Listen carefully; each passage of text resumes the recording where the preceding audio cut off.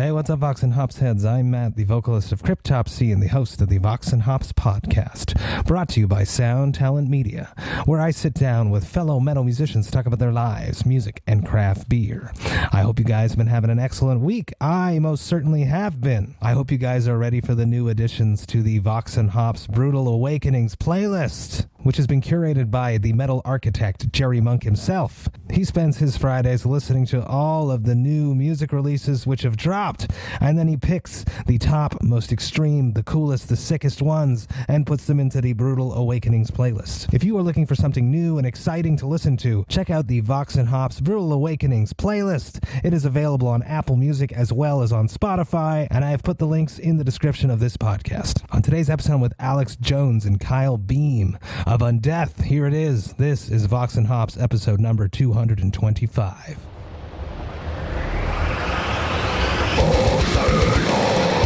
I warn you, what you are about to hear is very disturbing indeed. Hey, what's up, everyone? Today I'm with Alex Jones and Kyle Beam of the band Undeath. How are you boys doing? How are you guys doing tonight? Doing good, man. Just hanging out, drinking some beers. Chilling.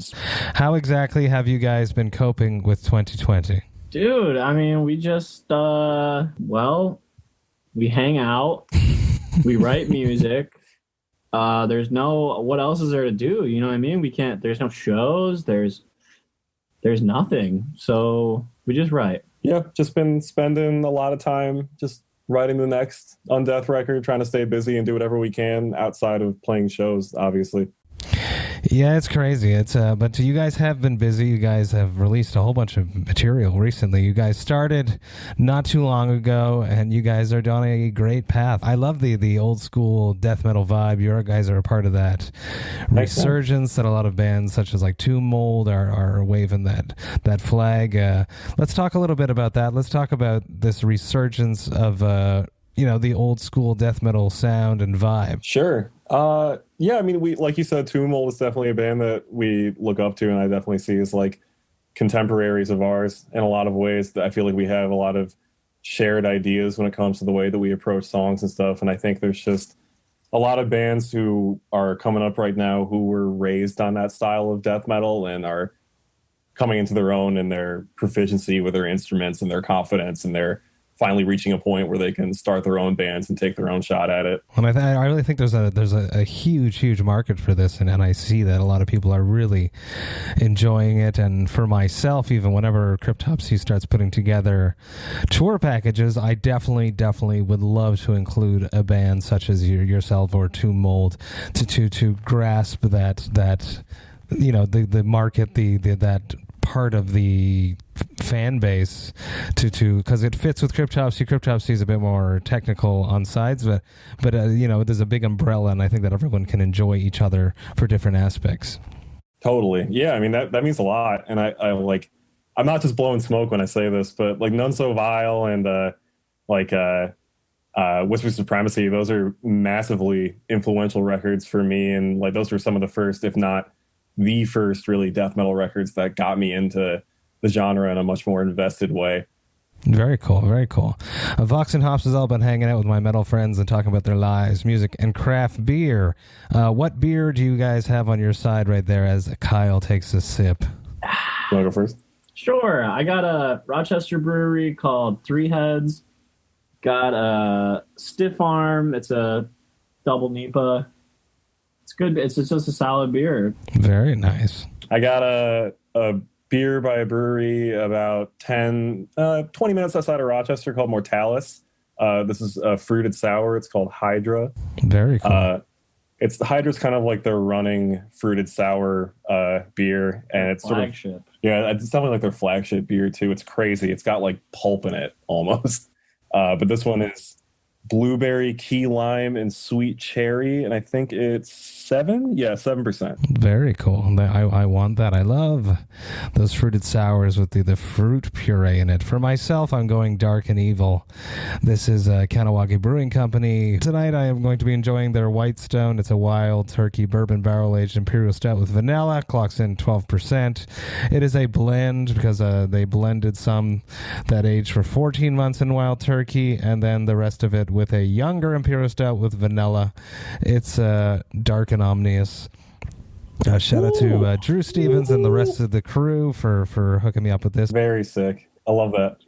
Cheers, man. Cheers. Oh, it's fantastic. Boozy, but yet that little chocolatey, almost like molasses stickiness to it. Absolutely, absolutely delicious. Let's move into metal now. Let's talk a little bit about the soundtracks of your youth when you guys were growing up in your parents' or guardians' house. What music was playing when you guys were not in control of the radio? What music did your parents or guardians listen to? When I was really young, just like my mom would listen to like the local like new metal station, I guess, like the butt rock shit, you know what I mean? Like Seether and shit. Like I was totally, when I was a little kid, like 10 years old, I was way into that stuff, way into like Slipknot.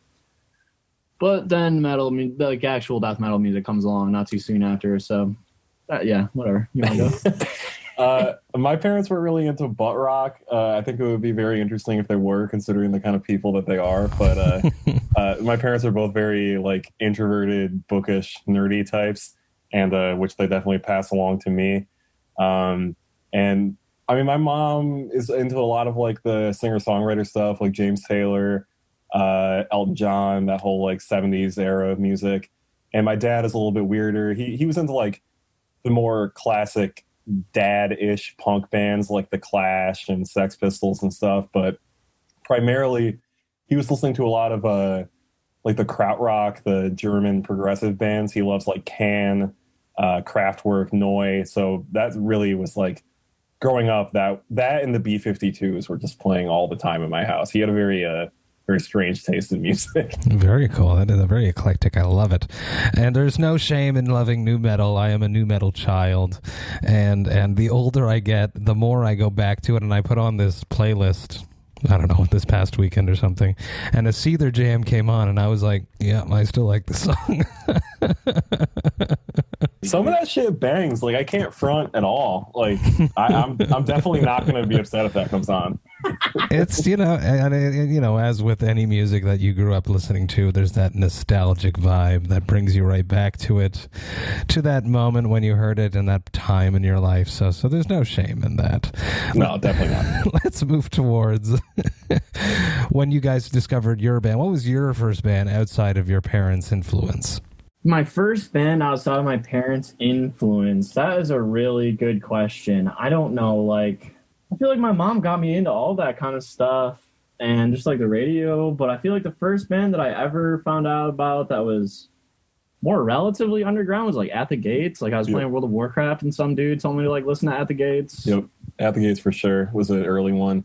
For me, like the earliest band that I remember just deciding to get into on my own was like, honestly, was probably Green Day, because I was at like, I don't know, was it Borders? I was at one of those old bookstore chains and I saw like the Dookie album cover and I was like, 10 years old. I was like, this is an album about poop. This is the shit. No pun intended. I need this. And then, but like metal wise, I feel like Mayhem was probably the first quote unquote underground metal band that really captured my interest, just because of all the behind the scenes drama and stuff. And when you're like 13, 14 years old and hearing about like, okay, somebody in this band got murdered by someone in the band. Yeah. By somebody in the band. That's kind of all you need to be all in on something like that. Funny you mentioned Dookie. That was actually my friend Chris Flint. Shout out to Chris if you're listening. He was in my first band too. So he before the first band I was in, I can't remember what grade 2, grade 3. His dad was a DJ, so he had capabilities of like making mixtapes, and he gave me an illegal copy of Dookie. And I think it's the first tape that I owned, but it was like they printed out like the sleeve for the cassette tape. It's funny. Wow. And I still I picture it in my mind, but I didn't have the cool artwork. It just had like printed the names. But that CD was special. That album was special for me. Yeah, I have a lot of very fond memories of the album for sure. I think I had the CD. There's like a Sesame Street character on the original back cover of it. I think it's like Elmo or Bert or something. It's really random. But then I think Green Day or their label got sued by the Jim Henson Company and they had to take it off. So I was always really proud that I had like that original CD version. But being like a death metal guy, you can't really brag about your rare Green Day collection too much. Unless you're on Vox and Hops, which is awesome. Exactly. And I appreciate the opportunity. But I also heard about that exact album that they went into the studio and they were so damn good. They recorded everything off the floor, as people used to do. And the engineer had them in there for a few days, and he got everything the first day. And in his mind, he was like, it's perfect, it's there, but I can't let them think that, you know, they're paying me this much money. I have to make them come back and work harder. But everything that's on it is actually that first day's run-throughs. That's how good they are. Wow. I had no idea. That's so cool. Yeah. Either. Let's move into your first shows. Do you remember the first time that you went and saw a gig? It doesn't have to be metal. Just the first time you ever witnessed live music. Yeah. Oh, God. First time that I ever witnessed live music. These are some far back questions, Matt. I'm just kidding. Dude, I don't even know. Real Big Fish, maybe? That was an early one for me too. Yeah, a lot of ska back in the day.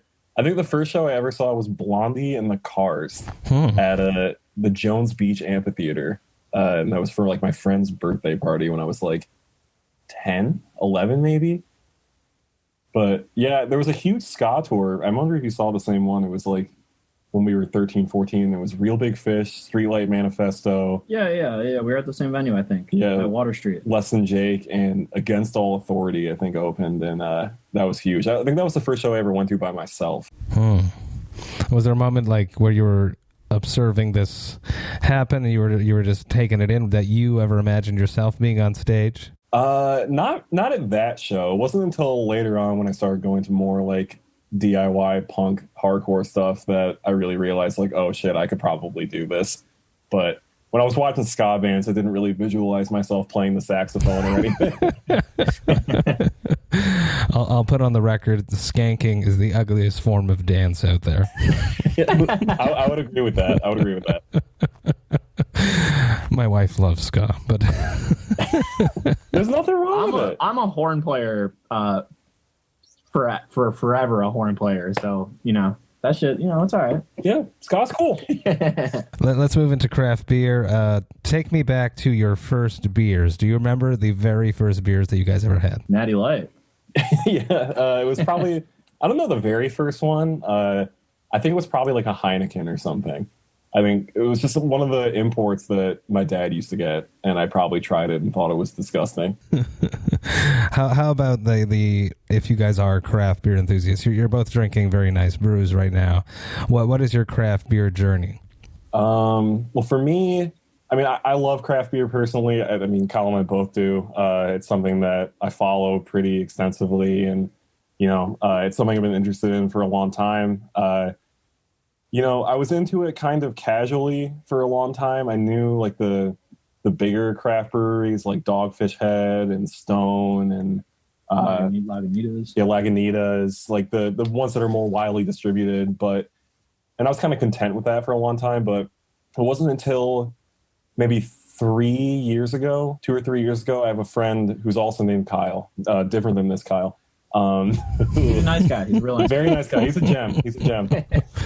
He's had his finger on the pulse of craft beer, especially in New York State, forever. And he used to come up. I mean, I met him at my old job, which was at a like health food organic grocery store. And he used to always come over to my place and just bring over like Other Half and Monkish and stuff like that. And that was the first time I really had like a really good hazy New England IPA. It's the first time I had like a really good authentic fruited sour. And I just didn't know that they made beer that tasted that good. I thought that all IPAs were West Coast IPAs and all stouts were, 6% and whatever. And then you start having 14%, 17% like boozy stouts and these hazy IPAs. And that just kind of exploded my whole worldview. And ever since then, it's kind of been nonstop. But yeah, that's kind of my condensed journey, I guess. How about this, Kyle's? Oh, Alex got me into it. I mean, I've had like Sierra Nevada IPAs. Is that true? Before.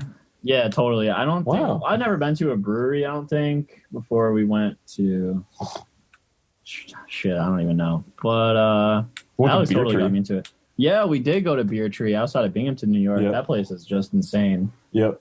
Damn, that's so cool. I had no idea. But nah, just probably like 2 or 3 years now. I've been getting into it more. It's cool. Rochester has a shitload of breweries. Dude. Yeah, it really does. I can swear, right? I'm sorry. You can say whatever the fuck you want. All right. Rochester, so many motherfucking breweries. Dude. Insanity. There's got so many fucking breweries. There gotta be like 12 or 13 here. It's not a very big city. There's a lot. Yeah, and they all really make killer shit. Like Nine Maidens is a fucking awesome brewery. They did our beer collaborations, these 2 ones that we did. I don't know. That's my journey. I'm going off on a tangent. Yeah, Sorry. Rochester does have like for the size of city it is, which is not that big. There's a huge craft beer contingency here, and like there's a ton like in the city proper. Like Nine Maidens, he talked about. Rohrbach is like the old legendary one, but Three Heads, but like.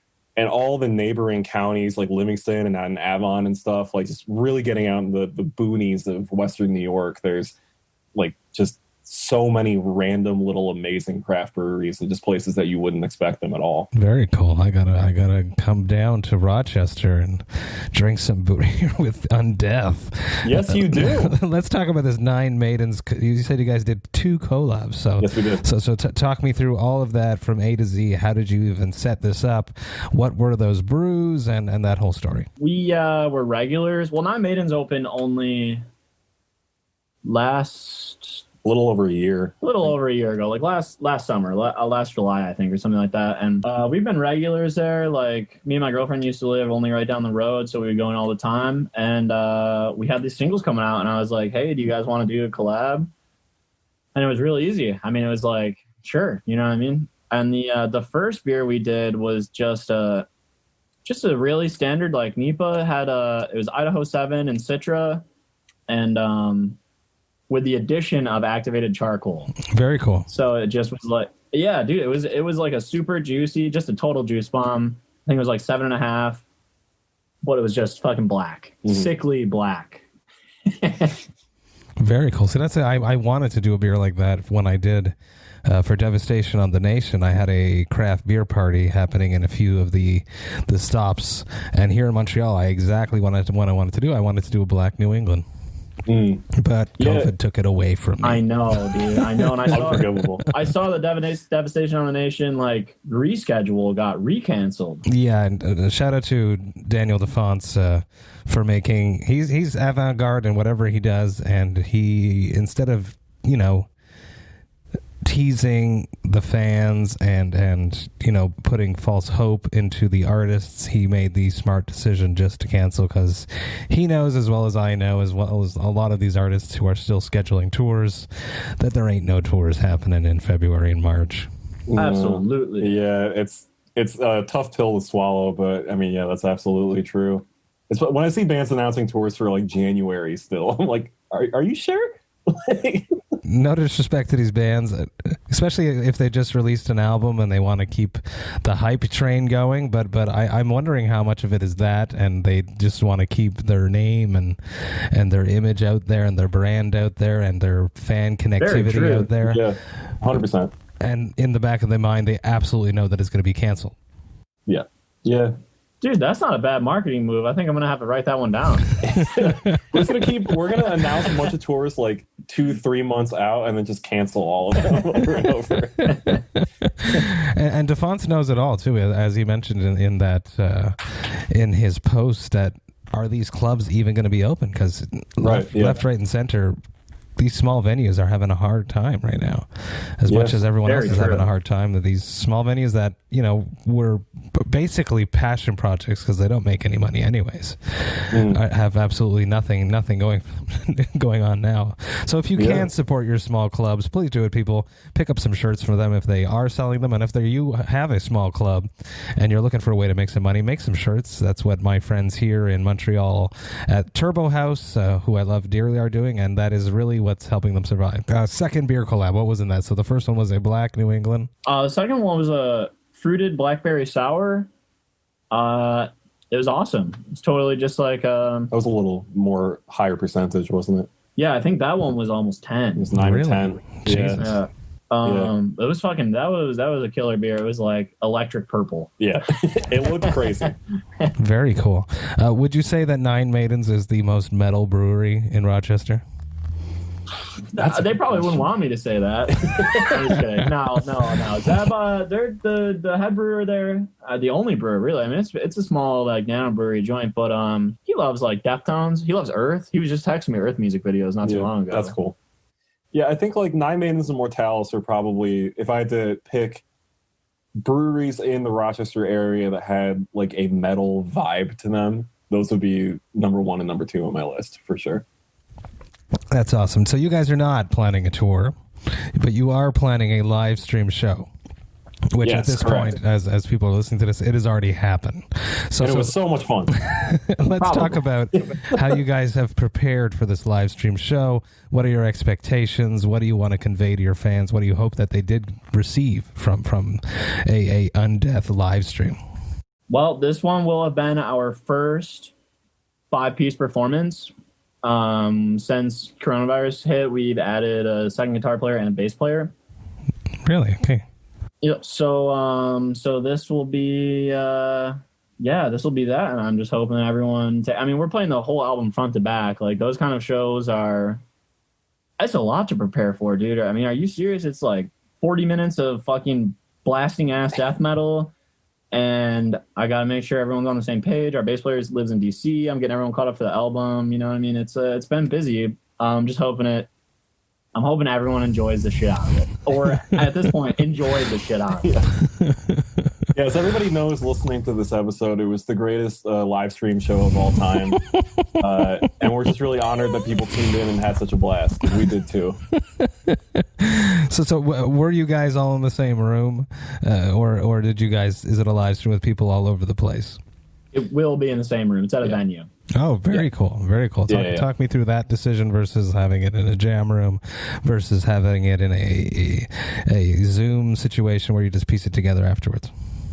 We've, we did when was that? Like only a month after coronavirus. I believe it was in April. We did a live recording that was just in like my basement. Yeah, it was back in like March or April. Yeah, and like that one was cool. I mean, it's totally fun to do that kind of stuff, but when you got to do it yourself and everything, it's like it's way more work. You know what I mean? It's on top of the music. It's like, okay, and I need to edit all this shit together, and I need to like mix it, and I need to like record it and everything. You know what I mean? So doing it at a venue is way smoother from that point of view. But not only that, like it just looks better, I think, right? Like, you know, you're kind of it's paid. Like you have to pay for the stream that we're doing, or we've done by now. You had to pay $10 for it, and I know some people probably don't want to do that, but it's like you just said, support your venues. It's to help support the venue. My buddy manages the venue, and also like no, but $10 is a completely reasonable price for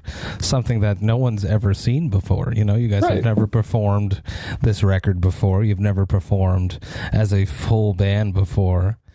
Right. Leave it to Corona to let you take the time to complete your lineup. That's pretty cool. Yeah, definitely. That's definitely what we're thinking too. If you could, and the pandemic was not happening, and you could release this record on a tour, and you guys could pick the lineup, what bands would be on this record release tour for Legions of a Different Kind? That's a really good question.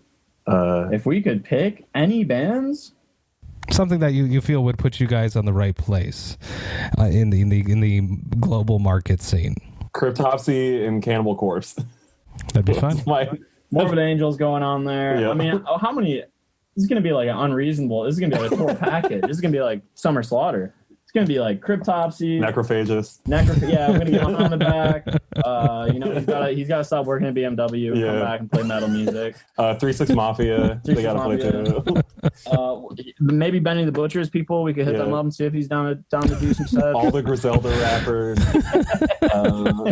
No, I mean for real. Like, I mean, yeah. Like, obviously that would be sick. There's tons of other. I mean, we talked about Tumult before. Like, I would love to play some shows with those guys. Absolutely. Tons of other like young death metal bands. Another Canadian band, Sedimentum. Same with Sugabog. Yep. Those are our homies. Phobophilic from North Dakota. That band's sick. Love to play with them. We were supposed to. I mean, before coronavirus hit, we were going to do like a full U.S. tour with those guys, and it was like being booked by Dan DeFonts, and then obviously that's not happening anymore. But there's no shortage of great bands that I love to play with. Very cool. Has there been some touring under your belt? Is that something that's happened for Undeath? God, we've had probably 9 days of touring under our belt. Wow.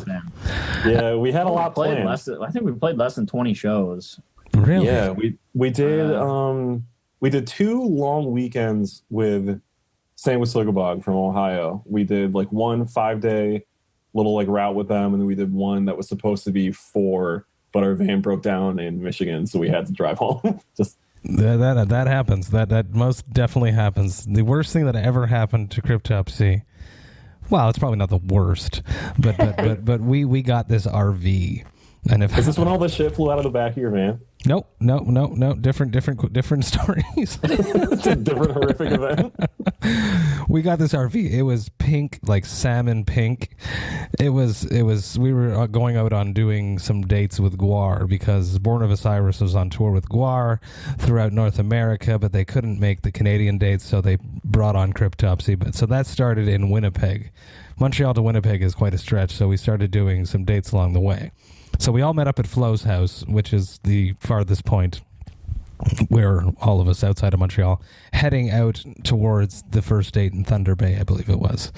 And we didn't make it 15 minutes past his house after leaving, and this RV just died. No. But luckily we had a cool dude named Alex that Lex Touring that came and with his van and took us on that whole run, and that we had a good time with Guar. And that's amazing. But the pink salmon RV didn't last very long. Damn. That is very fortunate though that you were able to still make it work. Oh no, I'm still, I say it all the time. Imagine we were halfway through it, or we're in the Rockies, right? Or exactly. Imagine we were not 15 minutes from Flo's house. You know? Yeah. Yeah. Dude, we were fucking dead in the water. We were stranded in Ohio for like 3 days. Exactly. In Ohio. Let's wrap this up with a question that I'd love to ask at the end. It probably never happens to you because you guys are very organized and in control, but it happens to everyone every once in a while. What is your hangover cure? Oh my God, bacon, egg, and cheese on a croissant. That's it. Mine is probably lying in my bed for 7 to 9 hours and staring at the ceiling and contemplating all the bad decisions I've made. Yeah, both options are good. I enjoy them. Everybody go check out Undeath.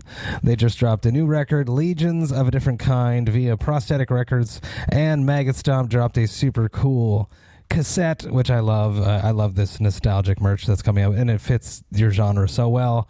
Please go check it out, and if you did watch that live stream, tell me how amazing it was, because I'm sure it was. Cheers, Kyle. Cheers, Alex. Awesome times with you guys. Cheers. Cheers, Matt. Thanks a lot, man. Appreciate it. Thank you, Matt. Hey, thank you all so much for listening right to the end. You know that I love and appreciate that. What an excellent chat with Alex and Kyle. Super funny dudes, and I am very, very excited about their band. I really like what they are doing. If you haven't checked out Undeath, you absolutely should. If you enjoyed this Vox and Hops episode, you should subscribe to it on the podcast platform of your choice. But not only that, you should take the time to rate it and write a review, because if you do that, more people just like yourself will be able to discover the Vox and Hops podcast. Vox and Hops is brought to you by Sound Talent Media. I will be back next week with 2 episodes, but until then, remember to enjoy life, metal, and craft beer. Cheers, Vox and Hops hits.